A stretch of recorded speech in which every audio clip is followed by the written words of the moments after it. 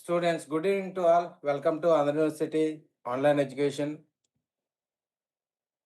BA BCom BSc Foundation Course 1 Contemporary India Semester 1.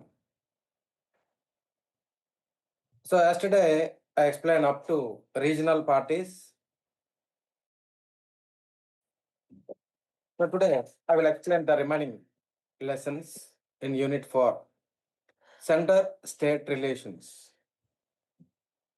India is a federal republic with a unique blend of national unity and state autonomy. The Constitution outlines the intricate relationship between the central government and the individual states, defining their respective powers and responsibilities. So, central state relations in India refer to the distribution of power and authority between the central government and the state governments. The Indian Constitution clearly outlines the framework for central government and state government relations. So we have 12 schedules are there. On that 7th schedule, dividing power into center, state, and concurrent list, 3 lists in 7th schedule. They clearly mention union list, state list, and concurrent list. In the union list, the central government has exclusive powers over subjects like banking, railways, defense, foreign affairs, currency, etc. In the state list, state governments have powers over the subjects like law and order, education, healthcare, agriculture, irrigation, etc. In the concurrent list, both center and the state governments have the powers over subjects like taxation and economic planning, electricity, forests, etc.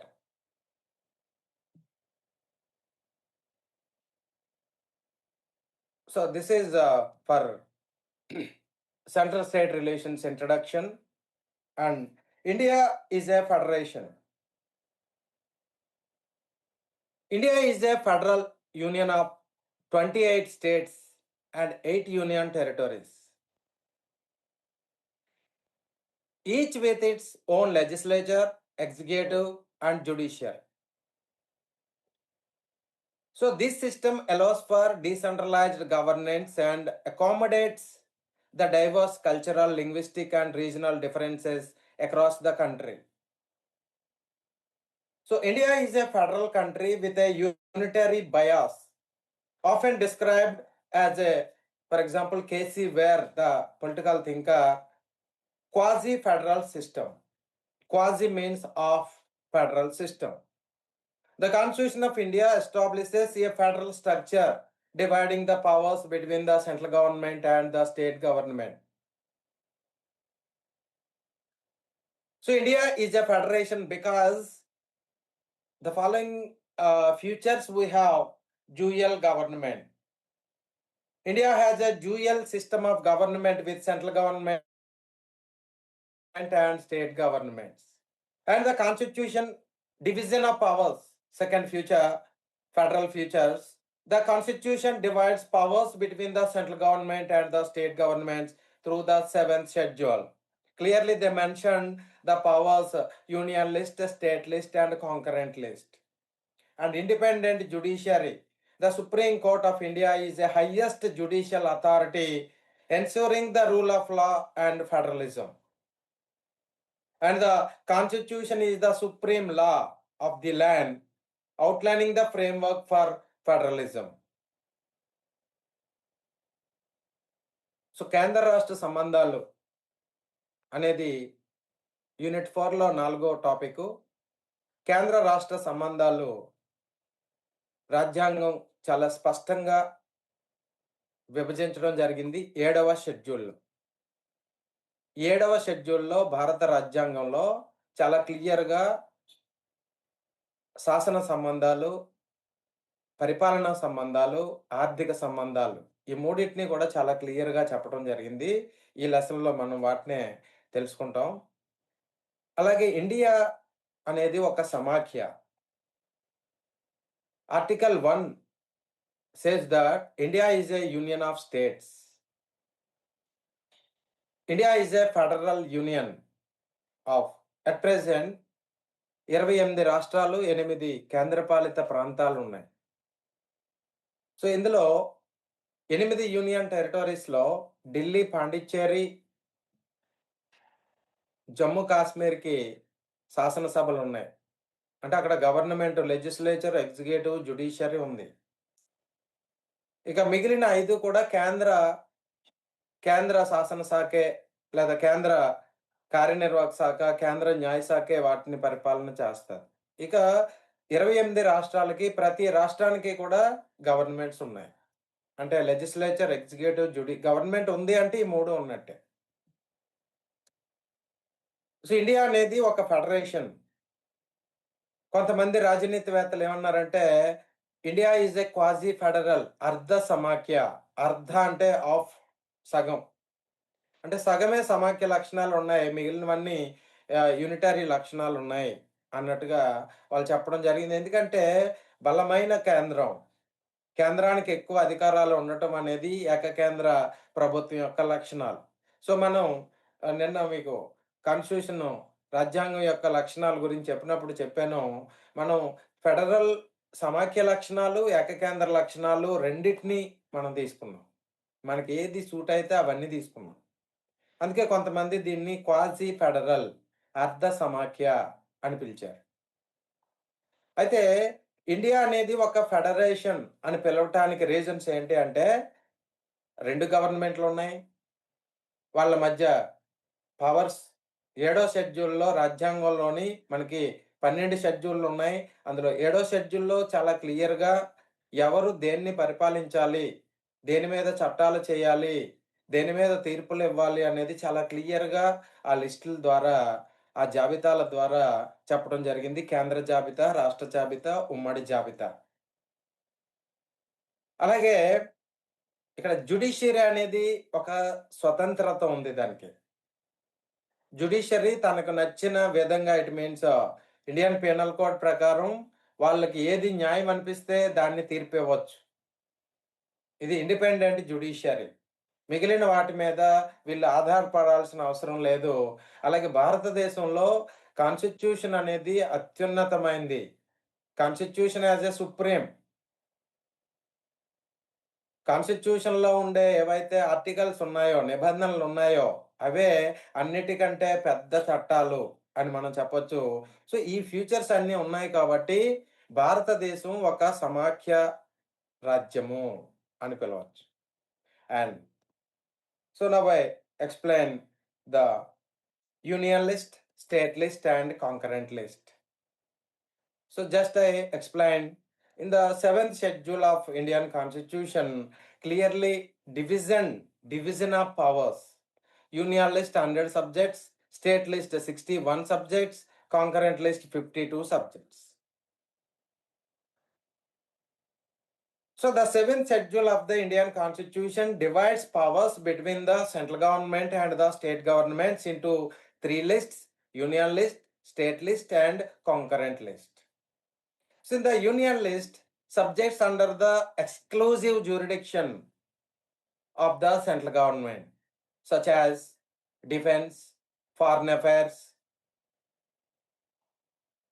elections, railways, banking, telegraphs, telephones, taxes, and macroeconomic policies, and railways. Already I told you railways, income tax, corporate tax.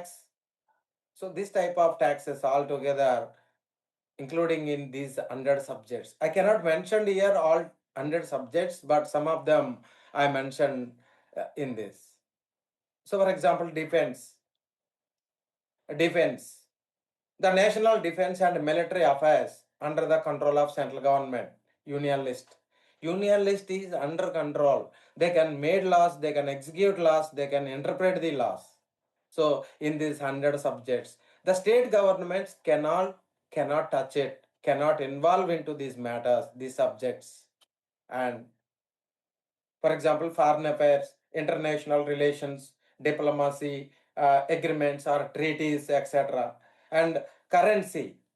So I mentioned here currency or not. Currency also the part of the union list.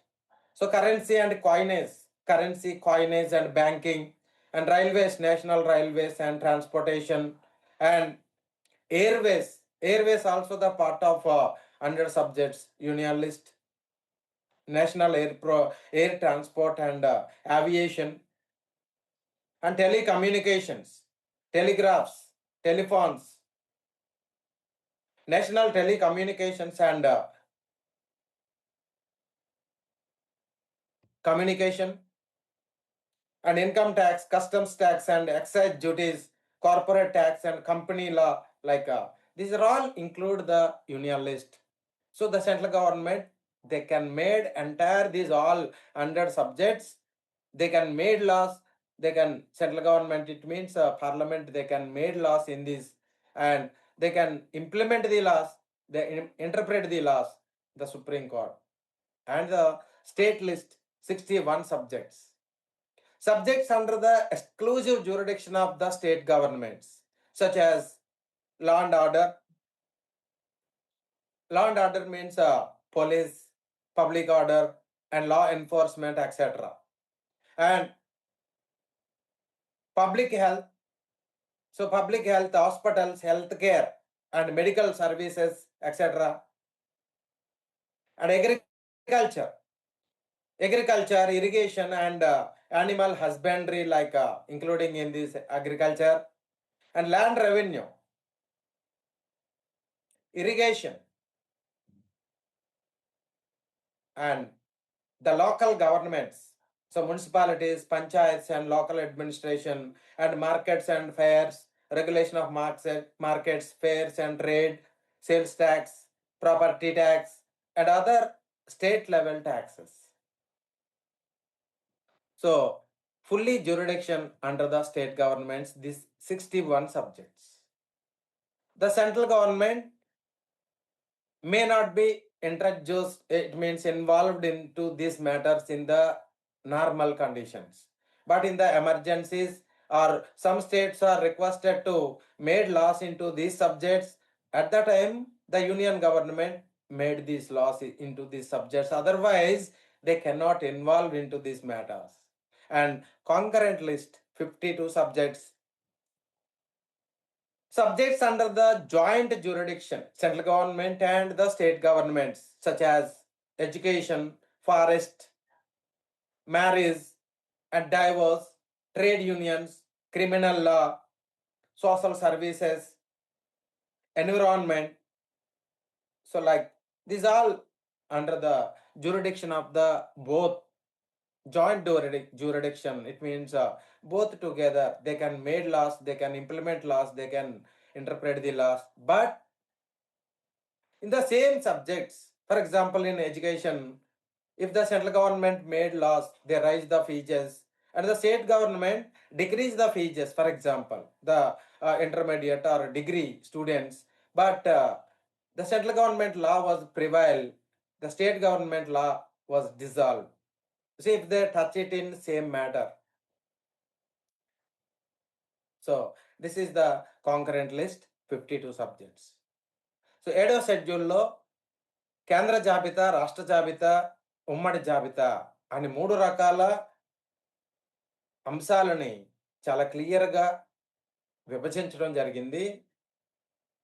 కేంద్ర జాబితాలో 100 అంశాలు, రాష్ట్ర జాబితాలో 61 అంశాలు, ఉమ్మడి జాబితాలో 52 అంశాలు. So కేంద్ర జాబితాలో 100 సబ్జెక్ట్స్. ఇందులో డిఫెన్స్, ఫారెన్ అఫైర్స్, విదేశీ వ్యవహారాలు, అలాగే సైన్యానికి సంబంధించింది, ఎలక్షన్స్కి సంబంధించింది, రైల్వేలు, బ్యాంకులు, టెలిఫోన్లు, టెలిగ్రాఫ్స్, టెలిగ్రామ్స్, అలాగే పన్నులు, అలాగే మ్యాక్రో ఎకనామిక్ పాలసీస్, మ్యాక్రో అంటే కొద్ది పెద్ద పాలిసీస్ అన్నీ కూడా for example new economic policy 1991. So, దాంతోటి మనకి ఎల్‌పీజీ వచ్చింది మనకి. లిబరలైజేషన్, ప్రైవేటైజేషన్, గ్లోబలైజేషన్ అనే ఒక కొత్త కాన్సెప్ట్‌లను పెట్టారు. ఇది సెంట్రల్ గవర్నమెంట్ మాత్రమే ఇంట్రొడ్యూస్ చేయగలదు. Micro economic policies. అంటే పెద్ద పెద్ద పాలిసీస్. మ్యాక్రో అంటే కొంచెం పెద్దవి. మైక్రో అంటే చిన్నవి. సో, ఇలాంటివన్నీ కూడా సెంట్రల్ గవర్నమెంటే చట్టాలు చేయొచ్చు. సెంట్రల్ గవర్నమెంటే ఇంప్లిమెంట్ చేస్తది. ఇక్కడ స్టేట్ గవర్నమెంట్స్ ఈ 100 సబ్జెక్ట్స్‌ని టచ్ చేయడానికి వీల్లేదు. ఇందులో ఇన్వాల్వ్ అవ్వటానికి లేదు. జోక్యం చేసుకోవడానికి వీల్లేదు. ఇక రాష్ట్ర జాబితాలో 61 అంశాలు. ఈ ఇందులో మొత్తం ఈ 61 అంశాల మీద పూర్తి అధికారం రాష్ట్ర ప్రభుత్వాలకి ఉంటది. అంటే అత్యవసర పరిస్థితులలో తప్ప, లేదా రాష్ట్రమే వెళ్లి మాకు ఈ చట్టం చేయడం రాట్లేదు. మీరే దీని మీద చట్టం చేయండి అన్నప్పుడు గాని, లేదా రాజ్యసభ పలానా దాని మీద మీరు చట్టం చేయండి అని ఒక రాష్ట్ర జాబితాలో ఒక అంశం మీద కేంద్ర ప్రభుత్వాన్ని కోరినప్పుడు వీళ్ళు చట్టాలు చేస్తారు తప్ప, అదర్‌వైజ్ సెంట్రల్ గవర్నమెంట్ ఈ విషయాల్లో జోక్యం చేసుకోదు. వీటి మీద మొత్తం అధికారం రాష్ట్ర ప్రభుత్వానికే ఉంటది. కేంద్రానికి సంబంధం లేదు. అండ్ కాంకరెంట్ లిస్ట్ అంటే ఉమ్మడి జాబితా. కేంద్ర ప్రభుత్వం, రాష్ట్ర ప్రభుత్వం వీటిని పరిపాలన చేయొచ్చు, చట్టాలు చేయొచ్చు. అలాగే వాటిని అమలు చేయొచ్చు. ఇం ఇంటర్ప్రెట్ కూడా అంటే అనలైజ్ కూడా చేయొచ్చు, ఎక్స్‌ప్లెయిన్ చేయొచ్చు. సో, ఈ అయితే ఒకే విషయం మీద ఇద్దరు చట్టాలు చేస్తే గనక కేంద్రం యొక్క అభిప్రాయం చెల్లుతుంది. రాష్ట్ర అభిప్రాయాన్ని వాళ్ళు విత్‌డ్రా చేసుకోవాల్సిన అవసరం ఉంటది. ఇది 3 జాబితాలు. సో, ఇప్పుడు మనం so, now I explain union state legislative relations. Part 11 articles 245 to 255. So, part 11 of the Indian Constitution deals with the relations between the union and the states, specifically focusing on legislative relations. So, Article 245 to 255. So, in the Parliament has the power, the subjects, extent of laws made by Parliament by any legislatures of the states. So, in sometimes it means the national interest or state request. Already I told you before that. If the state is requested to make laws into the state list subjects, Parliament has the power to make law. And that subject is importance of the national wise or national interest. Central government they can make the state list subjects. Otherwise, state governments have the authority to make laws. So, according to Article 245, extent of laws made by Parliament by the legislature of the states. And Article 246, subject matters of law made by Parliament and by the legislature of the states. So, Article 247, power of Parliament to provide for the establishment of certain additional courts for better administration of union laws. And then 248 article, power of parliament to legislate with respect to a matter in the state list in the national interest. And article 249, power of parliament to legislate with respect to a matter in a state list in a proclamation of emergency is in operation. During the national emergency, article 252 can make laws on state list subjects during emergencies. Already I told you before. And Article 251, inconsistencies between laws made by Parliament and laws made by the legislatures of states. So, in case of inconsistency, union laws prevail over the state laws. And Article 252, the Parliament can make laws for two or more states if they consent to the union government, and other states can adopt such laws. And the Article 253, Parliament can make laws to implement international agreements, treaties, or conventions. And Article 254, Union laws prevail over state laws in case of inconsistency. And the last Article 255, requirements, the procedural requirements of state legislation like presidential assent or matters of procedures, they can make laws, they can implement laws. So this is the central state relations, legislative relations in part 11, articles 245 to 255. So కేంద్ర రాష్ట్రాలకు సంబంధించిన శాసన సంబంధాలు భారత రాజ్యాంగంలోని 25 భాగాలు ఉన్నాయి మనకి. ఈ 25 భాగాలలో అంటే ఒరిజినల్గా 22 ఉన్నాయి. తర్వాత ఈ అమెండ్మెంట్స్ ద్వారా మనం ఒక 3 భాగాలని చేర్చడం జరిగింది, పార్ట్స్ని. సో అందులో 11వ పార్ట్, భారత రాజ్యాంగంలో 11వ పార్ట్లో 245 నిబంధన నుంచి 255 అంటే 245 నుంచి 255 నిబంధనల వరకు కూడా ఈ శాసన సంబంధాలు అనేవి చెప్పడం జరిగింది. అయితే దీని ప్రకారం పార్లమెంటు చట్టాలు చేసే అధికారం ఏ భాగం మీద అయినా ఉంది.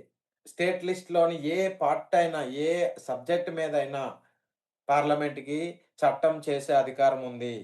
అయితే ముఖ్యంగా ఎమర్జెన్సీ టైంలో, అంటే అత్యవసర పరిస్థితుల టైంలో concurrent list, state list, union list మొత్తం కూడా కేంద్ర జాబితా, రాష్ట్ర జాబితా, ఉమ్మడి జాబితా మొత్తం కూడా అందులోనే అంటే పార్లమెంట్కే పవర్ ఉంది. వాటి మీద చట్టాలు చేయడం కానీ, అమలు చేయడం కానీ ఏదైనా సరే. ఇక కాంకరెంట్ లిస్ట్ విషయానికి వస్తే ఉమ్మడి జాబితా. ఉమ్మడి జాబితా మీద ఇద్దరికీ పవర్స్ ఉన్నాయి. అయితే ఇద్దరు ఒకే విషయం మీద గనక చట్టం చేస్తే కేంద్ర చట్టానికి విలువ ఉంటుంది, రాష్ట్ర చట్టం అనేది ఆటోమేటిక్గా క్యాన్సిల్ అయిపోతుంది, రద్దయిపోతుంది అని చెప్పొచ్చు. సో ఇది మొత్తం మీద శాసన సంబంధాలలో కేంద్ర ప్రభుత్వానికే ఎక్కువ అధికారాలు మనకి కనిపిస్తున్నాయి. సో రాష్ట్రానికి 61 అంశాలు ఇచ్చారు రాష్ట్ర జాబితాలో. కానీ ఎనీ మూమెంట్, ఏ సమయంలోనైనా రాష్ట్ర జాబితాలో మీద చట్టాలు చేయొచ్చు. ఎందుకంటే విదేశాలతోటి ఒప్పందాలు చేసుకోవటం కానీ, జాతీయ ప్రాముఖ్యత ఉన్నప్పుడు కానీ, లేదా అత్యవసర పరిస్థితులలో కానీ, లేదా రాజ్యసభ రిక్వెస్ట్ చేసినప్పుడు కానీ, లేదా కొన్ని రాష్ట్రాలు కలిసి రిక్వెస్ట్ చేసినప్పుడు కానీ రాష్ట్ర జాబితా మీద పార్లమెంట్కి పవర్ ఉంది, చట్టాలు చేసే అధికారం ఉంది. ఇది కేంద్ర రాష్ట్రాలకు సంబంధించిన శాసన సంబంధాలు. And union state administrative relations part 11 articles 256 to 263.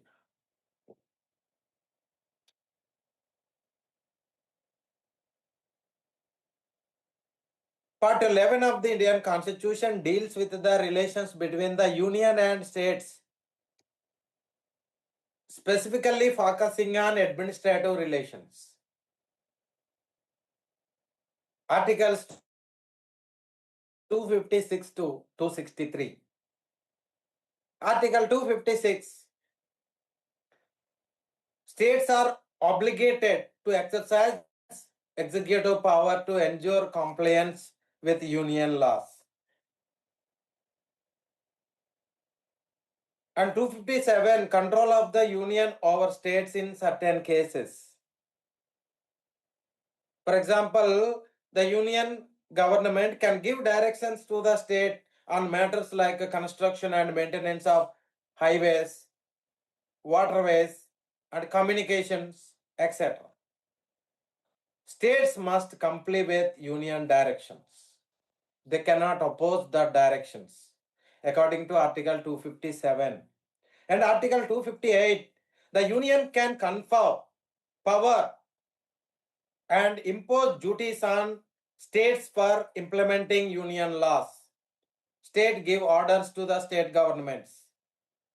So central government have the power. So Article 259. So at present, this article was repealed, cancelled right now. Actually, this article before that repeal, power of the union to confer powers on states in certain cases. So this article was repealed at present. It was muted. And Article 260, the union government has jurisdiction over territories outside India as may be determined by law. And Article 261, full faith and credit shall be given to public acts, records, and judicial proceedings of the union and every states. And Article 262, disputes relating to water. Parliament can provide the adjudication of disputes relating to water disputes, interstate rivers and river valleys, etc. And Article 263, President can establish an interstate council to investigate and discuss issues of common interest between the union government and state governments, or one state government to another state government. So these are the administrative relations. కేంద్ర రాష్ట్ర ప్రభుత్వాల మధ్య పరిపాలనా సంబంధాలు 11వ భాగంలో 256 నుంచి 263 నిబంధనల మధ్యలో వివరంగా చెప్పడం జరిగింది. దీంట్లో all India services mentioned here. The Indian Administrative Service and Indian Police Service and Indian Forest Service are federal services that serve both the central and state governments and coordinate mechanisms. National Development Council, Interstate Council, etc. So gubernatorial role. The state governor appointed by the president act as a link between the center and the state, but has limited executive powers. So these are all includes the administrative relations.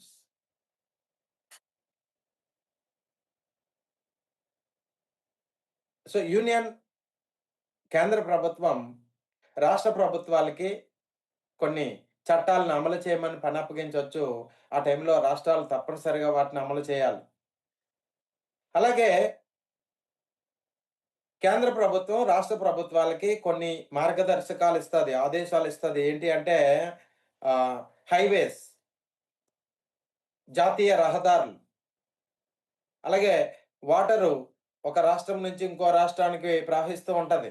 ఇప్పుడు suppose Yamuna నది ఉంది, లేకపోతే గంగా నది ఉంది, చాలా రాష్ట్రాల నుంచి పయనిస్తూ ఉంటుంది. వీటి మీద మొత్తం అధికారం కేంద్ర ప్రభుత్వాందే. ఆ టైంలో రాష్ట్రాల్లో వాళ్ళు చెప్పినట్టుగా వినాల్సి ఉంటుంది. అలాగే ప్రచార మాధ్యమాలు, ప్రచార సాధనాలు, కమ్యూనికేషన్, టెలిఫోన్ కానీ, టెలిగ్రాఫ్ కానీ, లేకపోతే ఈ బ్రాడ్బ్యాండ్ సిస్టమ్ కానీ, ఇవన్నీ కూడా కేంద్ర చెప్పినట్టుగా రాష్ట్రాలు వినాల్సి ఉంటుంది. వాటిని ఎలా అభివృద్ధి చేయాలి, ఎలా కన్స్ట్రక్ట్ చేయాలి అనేది. అండ్ యూనియన్ గవర్నమెంట్ కొన్ని బాధ్యతల్ని రాష్ట్రాలకు అప్పగిస్తుంది. ఫర్ ఎగ్జాంపుల్ రైల్వేలు ప్రతి రాష్ట్రంలో రైల్వేలు ఉంటాయి. అయితే కేంద్రం వచ్చి ఇక్కడ మెయింటెనెన్స్ చేయలేదు, రాష్ట్ర ప్రభుత్వాలే వాటిని చూడాల్సిన పరిస్థితి. ఇలా అడ్మినిస్ట్రేటివ్ రిలేషన్స్ అంటే పరిపాలనా సంబంధాలు పార్ట్ 11లో ఈ ఆర్టికల్స్ మధ్య చెప్పడం జరిగింది. ఇక union state financial relations. Union state financial relations part 12, articles 264 to 300. 264 to 300, part 12 of the Indian Constitution deals with the financial relations between the union government and the state government. So it's specially focusing on the distribution of revenue, grants and loans, resource imbalances, etc. So according to Article 264, states can impose taxes on professions, trades, callings, and employments subject to limits fixed by the parliament. States can impose, but the limitations are fixed by the parliament.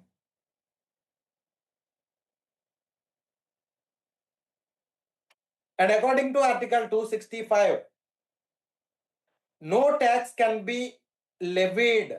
Levied means imposed or collected except by authority of law.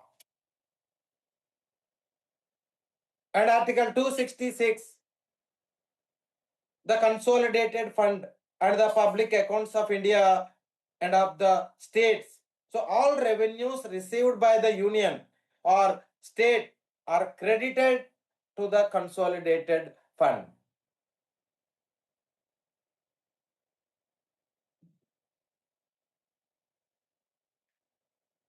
So now I'm not explaining each and every article because many articles are there. 64 to 300. Article 280, Finance Commission. The President appoints a Finance Commission to recommend distribution of financial resources between the union government and the state government. And Article 281, recommendations of the Financial Commission.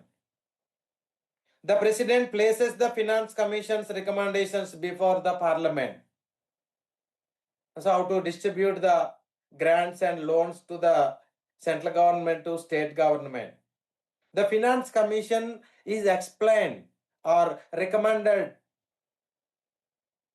that recommendations placed by the Parliament through the President of India. So the tax revenues, the Finance Commission recommends the tax distribution of taxes revenues between the central government and state government. So the Finance Commission's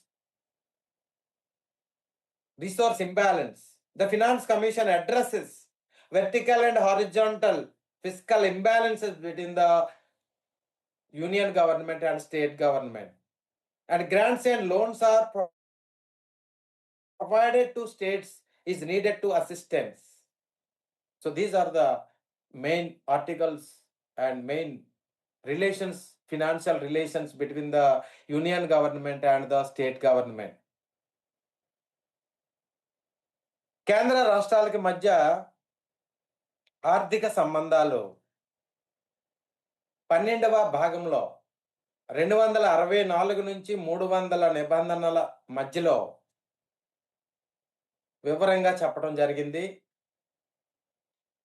ఆర్థిక సంబంధాలు అంటే tax revenue sharing, వచ్చినటువంటి పన్నుల్ని ట్యాక్సుల్ని ఎలా share చేసుకోవాలి, ఏ రేషియోలో share చేసుకోవాలి, ఎవరు పన్నులు విధించాలి, ఎవరు వసూలు చేయాలి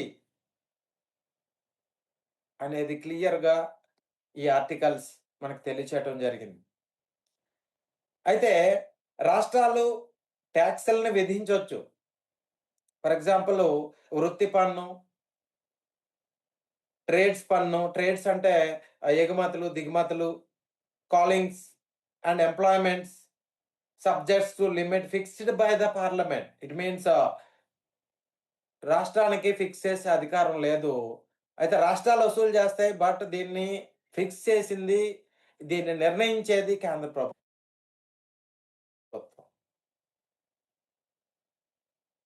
అలాగే చట్టాలు క్లియర్గా చెప్తే మనకి చట్టాలు చెప్పిన విధంగా మీరు ట్యాక్సులు విధించాలి స్టేట్ గవర్నమెంట్. అంతేగాని వీళ్ళకి నచ్చినంత ట్యాక్సులు విధించడానికి వీళ్ళే. అలాగే వీళ్ళకి వచ్చిన మొత్తం రెవెన్యూని, కేంద్రంకి వచ్చిన రెవెన్యూ భారత సంఘటిత నిధి, కన్సాలిడేటెడ్ ఫండ్ ఆఫ్ ఇండియా అని ఉంటది.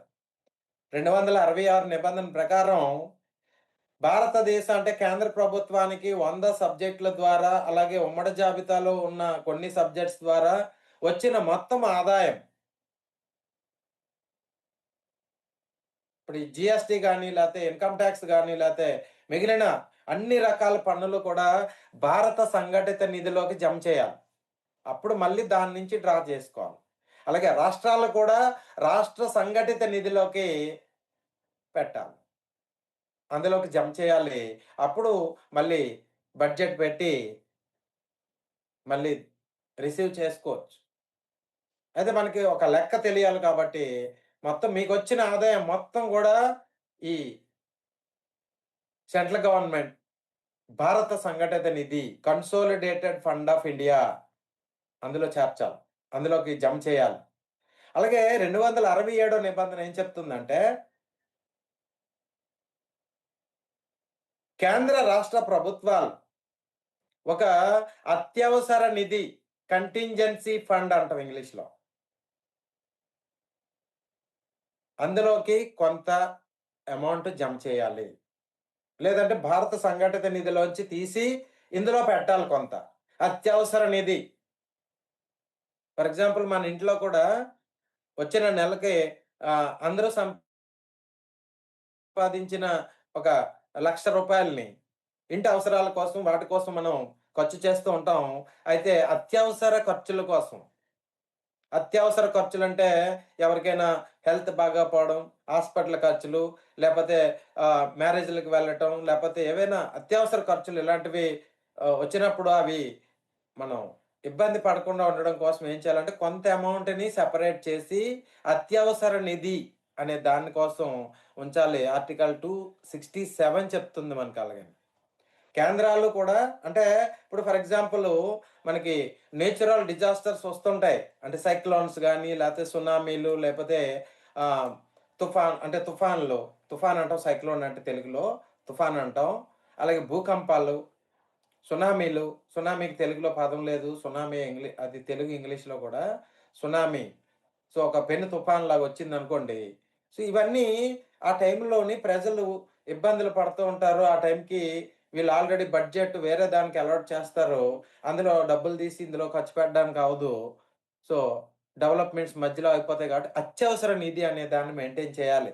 కేంద్ర ప్రభుత్వం అండ్ రాష్ట్ర ప్రభుత్వాలు కూడా. అలాగే 280 నిబంధన ప్రకారం ఒక కేంద్ర ఆర్థిక సంఘం అనే ఒక దాన్ని రాష్ట్రపతి 5 సంవత్సరాల కాలానికి, ప్రతి 5 సంవత్సరాలకి కూడా ఈ ఆర్థిక సంఘం అనే దాన్ని పెడతాడు. ఈయనేం చేస్తాడంటే, ఈ గ్రాంట్స్ అండ్ ఈ రెవెన్యూ షేరింగ్ అంటే వచ్చిన డబ్బుని షేరింగ్ ఎలా అంటే పంచడం ఎలాగా? ఏ రేషియోలో ఇవ్వాలి? ఎంత శాతం ఇవ్వాలి? అలాగే ఒక్కోసారి గ్రాంట్‌లిస్తారు. గ్రాంట్‌లంటే వాళ్ళకి సహకారం అందిస్తారు రాష్ట్రాలకి కేంద్రం. అలాగే వాళ్ళకి అప్పులిస్తారు. సో, ఇలా ఇవ్వడానికి కేంద్ర ప్రభుత్వం ఎంత ఇవ్వచ్చు? ఎంత గ్రాంట్ ఇవ్వచ్చు? ఎంత అప్పుగా ఇవ్వచ్చు? అనేది ఆర్థిక సంఘం వీళ్ళకి అసిస్టెంట్ చేస్తది, సలహా ఇస్తది. అలాగే ఒకవేళ ఎప్పుడైనా అన్‌ఈవెన్ డిస్ట్రిబ్యూషన్, ఇప్పుడు ఫర్ ఎగ్జాంపుల్ కేంద్రంలో ఎన్‌డీఏ గవర్నమెంట్ ఉంది. రాష్ట్రాల్లో ఇండియా కూటమి ప్రభుత్వాలు ఉన్నాయనుకోండి. ఒక్కోసారి వాళ్ళు కావాలని తక్కువ ఇవ్వటం జరుగుతుంటది. అన్‌ఈవెన్ డిస్ట్రిబ్యూషన్ అంటే ఇవ్వాల్సింది దానికంటే తక్కువ ఇవ్వటం. ఇలా ఇచ్చినప్పుడు కేంద్ర ఆర్థిక సంఘం ఏం చేస్తదంటే వాళ్ళకి సలహా, సహకారం అందిస్తది. రికమెండేషన్ చేస్తది. సో, వీళ్ళిచ్చిన రిపోర్ట్‌ని రాష్ట్రపతి పార్లమెంట్‌లో ప్రవేశపెడతాడు. కేంద్ర ఆర్థిక సంఘం ఇచ్చిన రికమెండేషన్స్‌ని. వాటిని ఇంప్లిమెంట్ చేయమని. ఇలా మనకి కేంద్ర, రాష్ట్ర ఆర్థిక సంబంధాలు 264 నుంచి 300 నిబంధనల మధ్యలో మనం చదవచ్చు. Areas of centre state friction. The areas of center state friction in India are multifaceted and can be broadly categorized into fiscal federalism, administrative jurisdiction, political differences, demands for autonomy. So at the time of resource allocation, resource sharing, disputes over sharing of tax revenue such as GST and other financial resources, and taxation powers between the center and states. So the fiscal federalism. So the total amount they need to distribute even more. So if they distribute uneven more, so friction means conflicts. And grants and loans. States often demand more grants and loans from the center, leading to tensions. So if they ask much amount but they cannot grant that amount, sometimes the union government at that time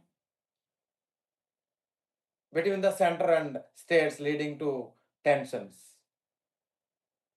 And administrative jurisdiction, overlapping responsibilities and lack of clarity in the division of administrative powers. So conflicts between central government and state laws and overlapping administrative jurisdiction. They are not clearly explained to the central government to states. Sometimes they confused. And the political differences. Tensions arising from ideological party political differences between the central government and the state government. For example, in Telangana, Congress government ruled in state level. In the union government, NDA government ruled. They are the opposition parties like. So at that time, there is a political differences. So if the central government ordered to the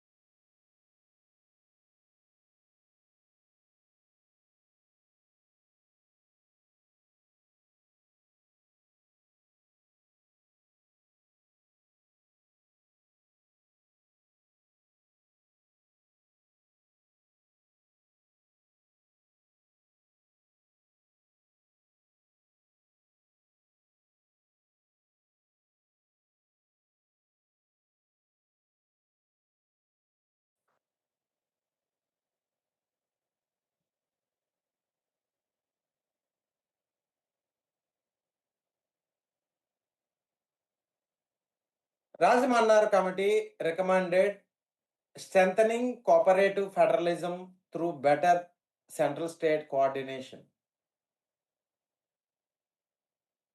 So they recommended to promote cooperation and coordination between the central states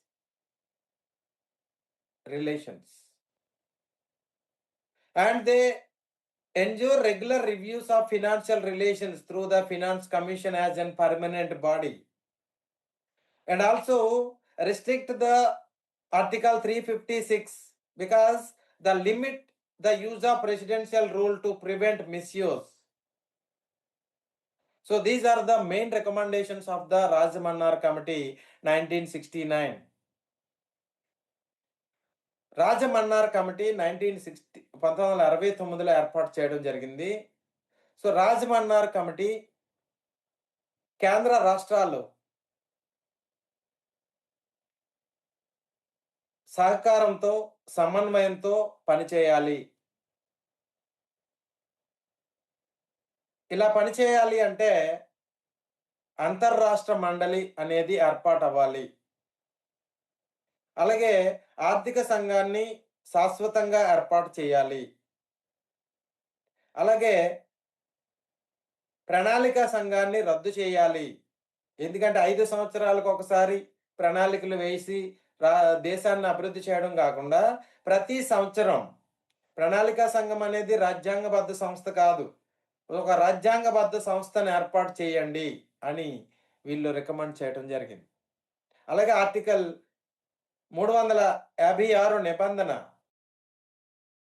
ప్రకారం రాష్ట్రపతి పాలన అనే దాన్ని ఎక్కువ సార్లు వినియోగించకూడదు. అత్యవసర సమయాల్లో మాత్రమే, ఇక తప్పదు, రాష్ట్ర పరిపాలన బాగాలేదు అన్నప్పుడు మాత్రమే కేంద్రం జోక్యం చేసుకొని రాష్ట్రపతి పాలన విధించాలి అని చెప్పి ఈ కమిషను సూచన చేయడం జరిగింది 1969లో. And administrative reforms committee 1966.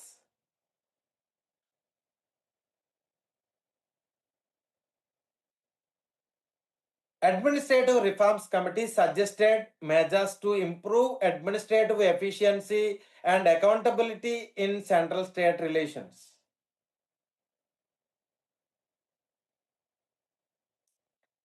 Under the Article 263,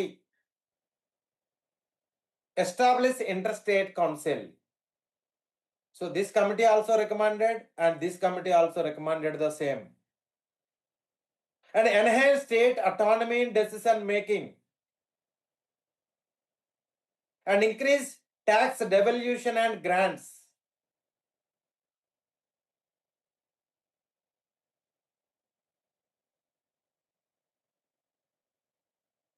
పరిపాలనా సంస్కరణల సంఘం 1966 పరిపాలనలో ఒక సామర్థ్యాన్ని, బాధ్యతని సెంట్రల్ స్టేట్ అనేవి రెండు కూడా కలిగి ఉండాలి. 263 నిబంధన ప్రకారం అంతర్రాష్ట్ర మండలి అనే దాన్ని ఏర్పాటు చేసి కేంద్రాలు రాష్ట్రాలు సమిష్టిగా పనిచేయాలి, సహకారంతో పనిచేయాలి. అలాగే కేంద్ర ప్రభుత్వం రాష్ట్ర ప్రభుత్వాలకి కొన్ని అధికారాలు బదిలీ చేయాలి. వాళ్ళకి వాళ్ళే స్వతంత్రంగా ఉండడం, వాళ్ళకి వాళ్ళే నిర్ణయాలు తీసుకునే అధికారం వాళ్ళకి ఇవ్వాలి.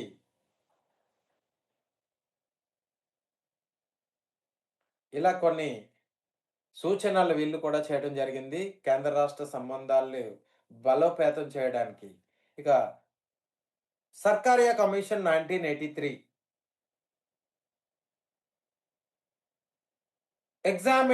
this committee examined the constitutional and legal framework of central state relations and made recommendations. So the Sarkaria Commission 1983 recommended the legal frameworks of central state relations.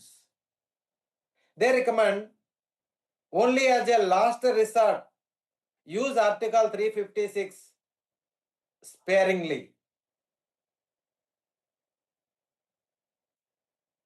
And this recommendation, this committee also, Sarkaria committee also recommended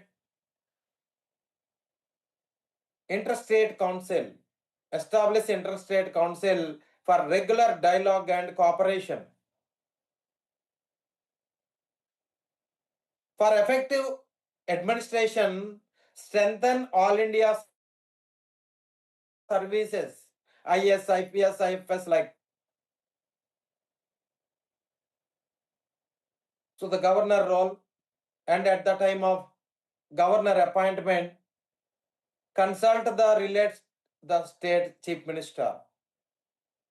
And they recommended for parliamentarian MPs, they need to qualified, the educational qualifications they recommended.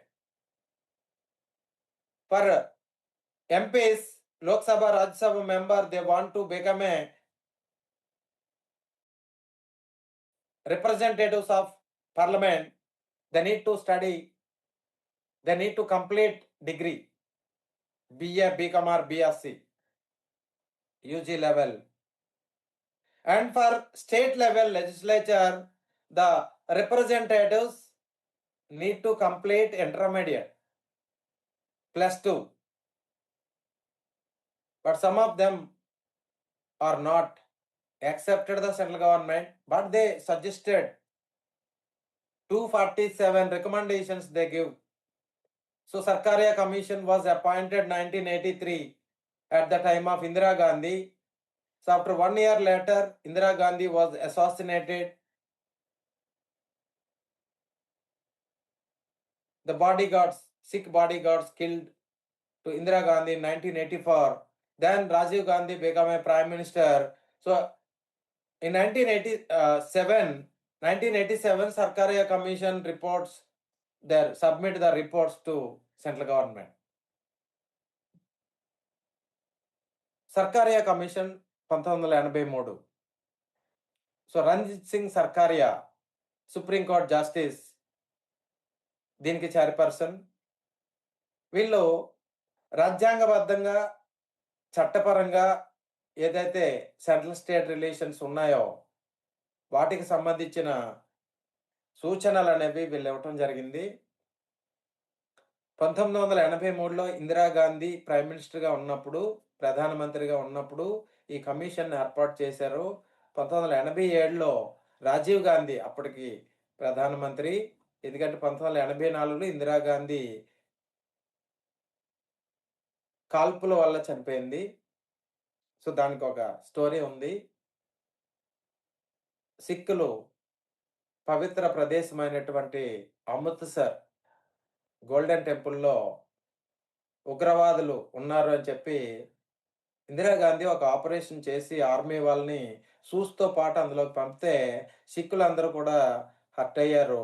వాళ్ళ మతాన్ని కించపరిచినట్టుగా భావించి సిక్కులు ఇందిరాగాంధీ నిర్ణయాన్ని వ్యతిరేకించారు. అయినా కూడా వినకుండా ఇందిరాగాంధీ ఆ టెర్రరిస్టులు అయితే ఉండడం నిజమే, బట్ సిక్కులు వాళ్ళని అందులోకి వాళ్ళకేమి చోటు ఇవ్వలేదు. కానీ సిక్కులకే ఇదంతా సిక్కులకి సంబంధం ఉంది అన్నట్టు ఆ టైంలో జరగటం 1984లో. సో సిక్కులు వాళ్ళు మతాన్ని కించపరిచిందే ఇందిరాగాంధీ అని ఒక పగ పెట్టుకొని సిక్ బాడీగార్డులు, అంటే ఇందిరాగాంధీకి తెలీదు సిక్కు ఇలాగ బాడీగార్డులు నన్ను చంపుతారన్న విషయం, లేకపోతే ఆమె అపాయింట్ చేసుకుని ఉండేది కాదు. సో ఆమె ఇంట్లోనే సిక్కు 2 బాడీగార్డులు కాల్చి చంపేస్తారు. సో మరి అప్పటికి రాజీవ్ గాంధీ రాజ్యసభ సభ్యుడిగా ఉన్నాడు. రాజీవ్ గాంధీని వెంటనే ప్రధానమంత్రి అభ్యర్థిగా అపాయింట్ చేయడం జరిగింది. సో అప్పటికి ఈ commission, Sarkaria commission report submit చేసే టైంకి రాజీవ్ గాంధీ ప్రధానమంత్రి 1987. అంటే 1984 నుంచి 1989 వరకు రాజీవ్ గాంధీ ప్రధానమంత్రి.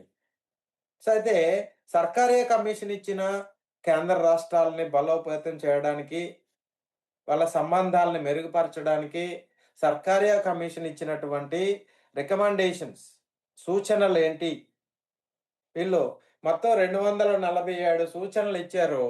అందులో కొన్నిటిని మాత్రమే కేంద్ర ప్రభుత్వం ఇంప్లిమెంట్ చేసింది. అమలు చేసింది. కొన్నిటిని ఇప్పటికీ కూడా ఇంప్లిమెంట్ చేయలే. సో, అందులో కొన్ని నిబంధన 356 రాష్ట్రపతి పాలన అనేది అత్ ఇక చివరి అవకాశంగా మాత్రమే వాడాలి. అలాగే అంతర్రాష్ట్ర మండలిని ఏర్పాటు చేయాలి. వాళ్ళు ప్రతి సంవత్సరం కూడా మీటింగ్ పెట్టుకొని వాళ్ళ సమస్యలకు సంబంధించిన నిర్ణయాలు తీసుకోవాలి. వాళ్ళందరూ కలిసిమెలిసి పనిచేయాలి. అలాగే అఖిల భారత సర్వీసుల్ని బలోపేతం చేయాలి. అలాగే పార్లమెంటుకి పోటీ చేసేవారు డిగ్రీ పూర్తి చేసి ఉండాలి. పాస్ అయ్యి ఉండాలి. రాష్ట్ర స్థాయిలో ఎమ్మెల్యేగా గాని, ఎమ్మెల్సీలుగా గాని పోటీ చేసే వాళ్ళు ఇంటర్మీడియేట్ ఆర్ సీబీఎస్ఈలో +2 అంటాం. అది గాని కంప్లీట్ చేసుండాలి. ఒక రాష్ట్రానికి గవర్నర్‌ని నియమించే ముందు ఆ రాష్ట్ర ముఖ్యమంత్రిని సంప్రదించాలి. ఎందుకంటే తర్వాత కలిసి పనిచేయాల్సింది వాళ్ళే. ఇలా చాలా రికమెండేషన్స్ చేసి కేంద్ర రాష్ట్రాల సంబంధాల్ని మెరుగుపరచడానికి ఈ కమిటీ ఎన్నో సూచనలు చేయటం జరిగింది. Students, this is today's class. So if you want to ask any questions regarding today's class,